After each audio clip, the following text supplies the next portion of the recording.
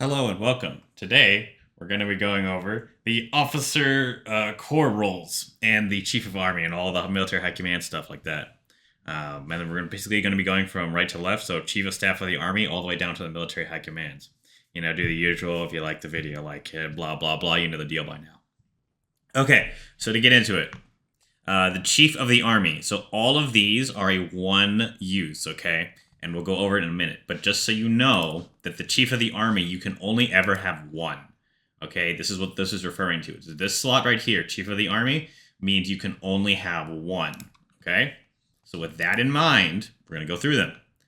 Okay, so army offense. Basically, at skill level 4, and you have to be a field marshal to have access to these, by the way. You must be a field marshal.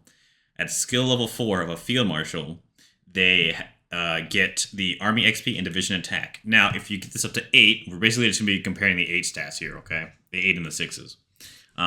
This overall just flat out increases your division attack and your army XP gain, okay? This is very...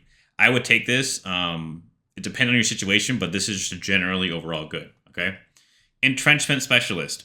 What this is doing is adding maximum entrenchment. Not a percentage modifier, it's adding max entrenchment. So what that means is if you take this and let level 8, it's going to give plus 7 max entrenchment.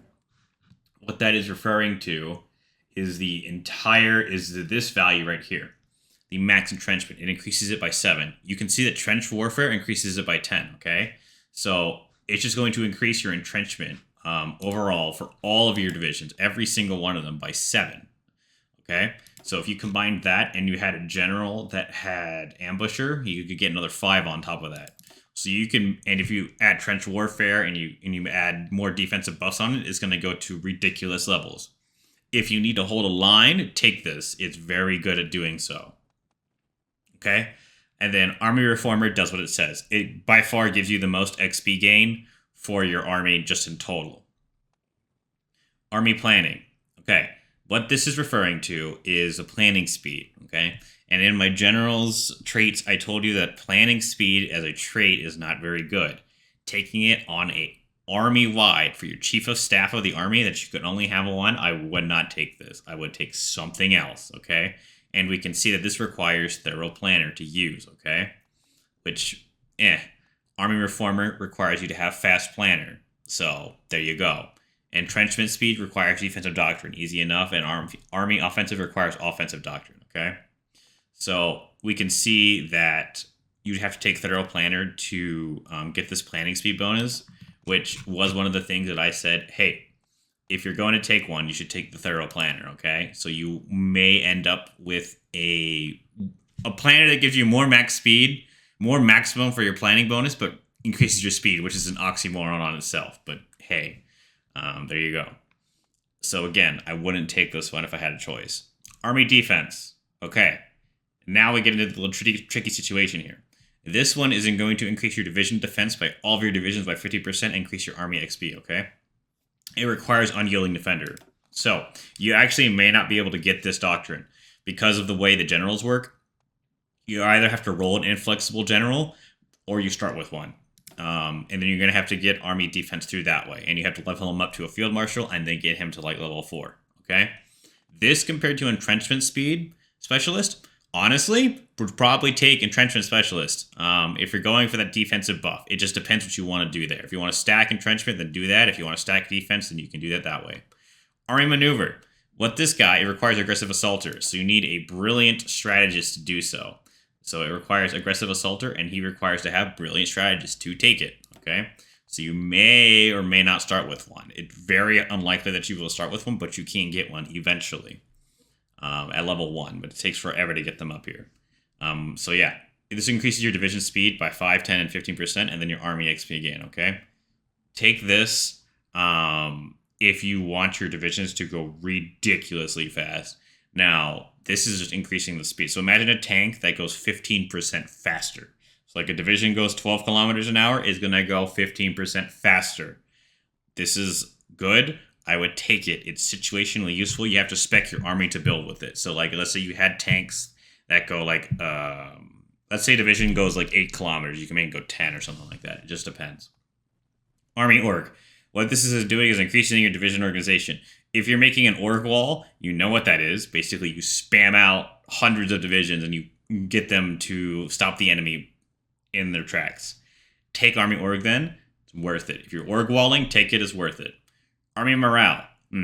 Here's the thing. Out of supply combat penalties are bad.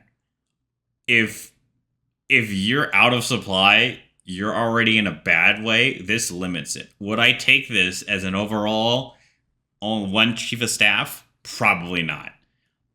Very, very, very situationally useful. And you have to basically be out of supply, which probably means you're encircled and you're going to die anyway. Oh, or you're just really out of supply.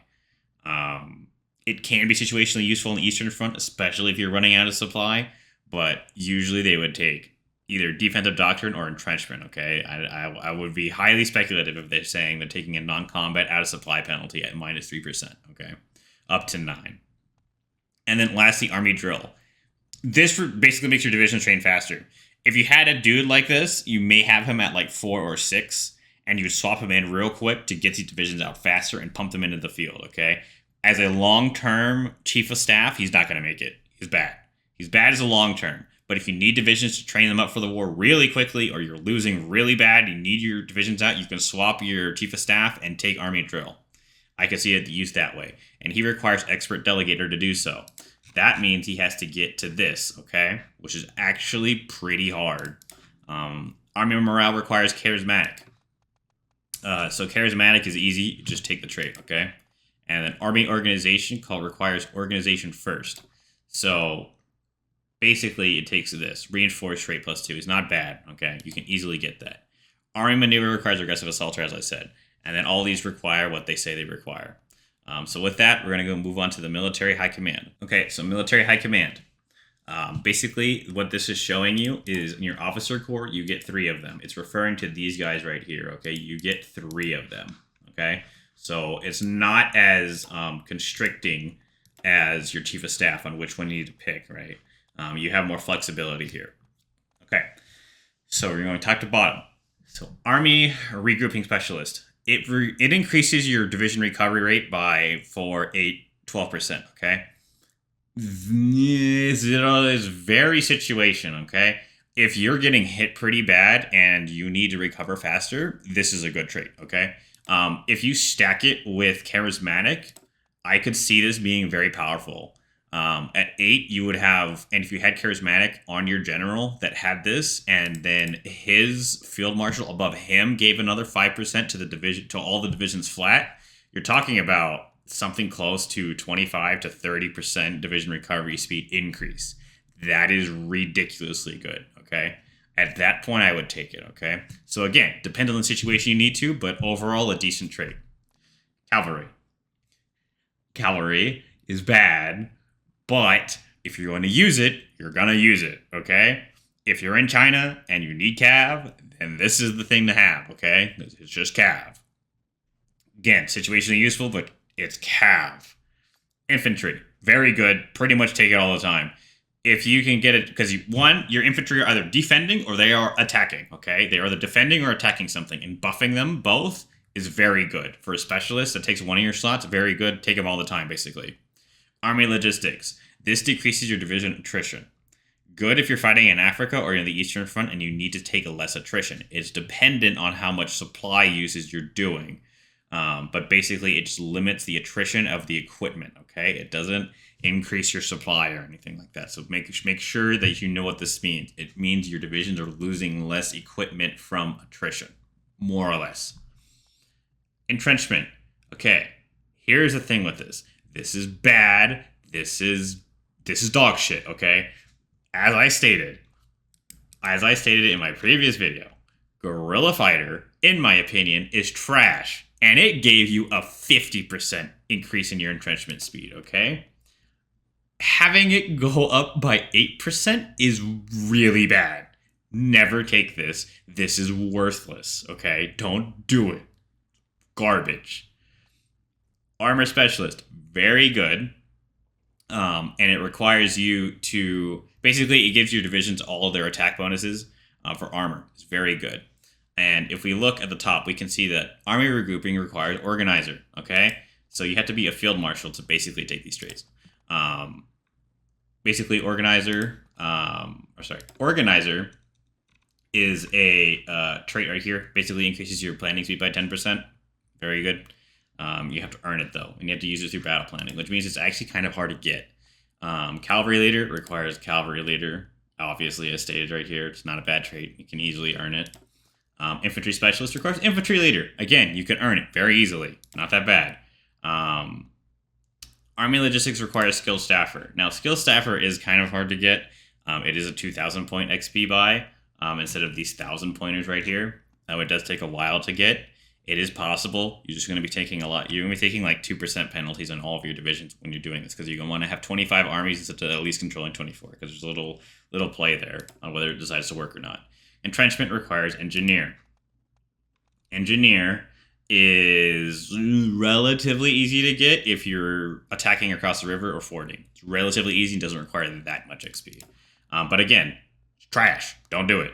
Armor requires Panzer Leader. How do you get Panzer Leader? You spam the right-click button on enemies, and you win with your tanks. Okay, very easy to get. Commando.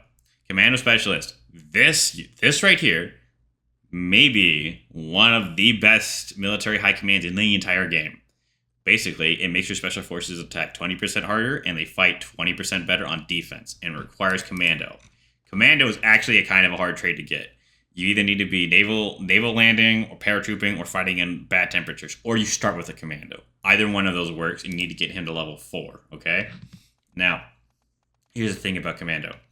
It's very good if you're using a lot of special forces, okay? If you're using Mountaineers or Marines, take this. By far, it's the best trait, okay? It just depends. If you don't have any Commandos, then you know armor and infantry and army regrouping is better, but Commandos are really good. Amphibious. Okay, this one, again, is trash. Okay, it is increasing your amphibious speed by 15% and giving you some army, and requires Invader. Okay, Invader increases your speed by 30%. Why would you take something that increases it by 5, 10, or 15%? For all of it, it's trash. Don't use it. Use something else. There's way better options here. And then it requires Invader, obviously. And then Combined Arms Expert or Specialist requires you to have Combined Arms Expert, okay? Combined Arms Expert is basically it increases your motorized and mechanized. And it's a general trait, so you have to actually pick it with one of your traits. It's not something you just earn, okay? It's relatively easy to get, not that bad. So you can take this. And this increases your motorized and mechanized defense by a significant margin. If you're running around with motorized and mechanized, take this. Very, very, very good, okay? There's really no reason not to if you're running around with motorized and mechanized. Okay, Artillery requires Fort Buster. Fort Buster is a trait that you have to take as a general. You can get Engineer relatively easily, and then you can take Fort Buster and get 50% attack on force, and then enable Siege Artillery, and then bolt the force away, okay? This right here, very good if you have artillery division. So it basically means you have like a 42 width, and you have more artillery to infantry ratio, and then it'll tell you in your ratio right here. So let's say you're looking at your infantry units right here. You can see that the composition is 100% infantry. So if it's like over 50% artillery, it turns into an artillery division, okay?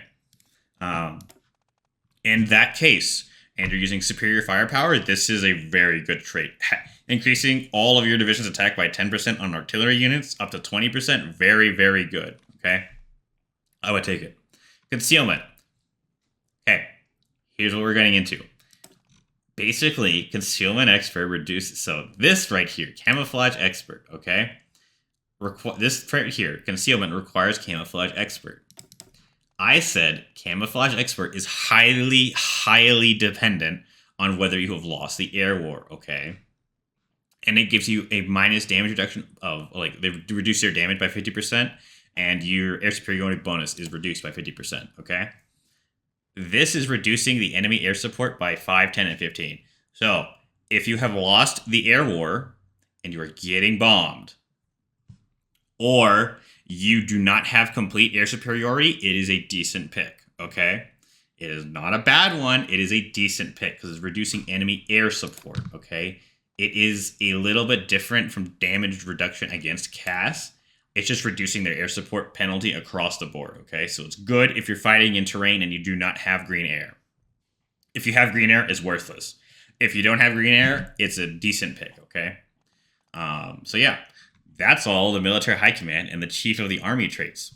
If you found this video helpful, leave a like, comment, subscribe. I don't claim to know everything, so I'd love to see you guys in the comments about how you would spec your military high commands and your chief of armies. How you would do it that way. Otherwise, I will see you in the next video.